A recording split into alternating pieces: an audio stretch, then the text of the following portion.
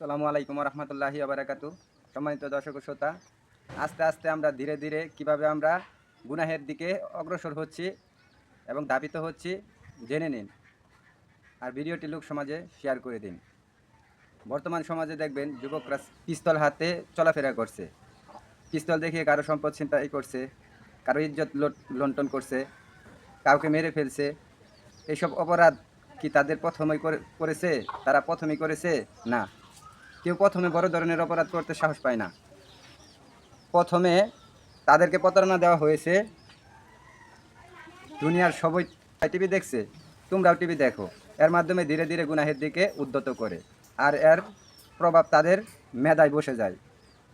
একবার যখন আল্লাহ তাআলাকে ভুলে যায়, আল্লাহ তাআলার সম্মুখে উপস্থিত হওয়ার অনুভূতি অন্তর থেকে দূরীভূত হয়।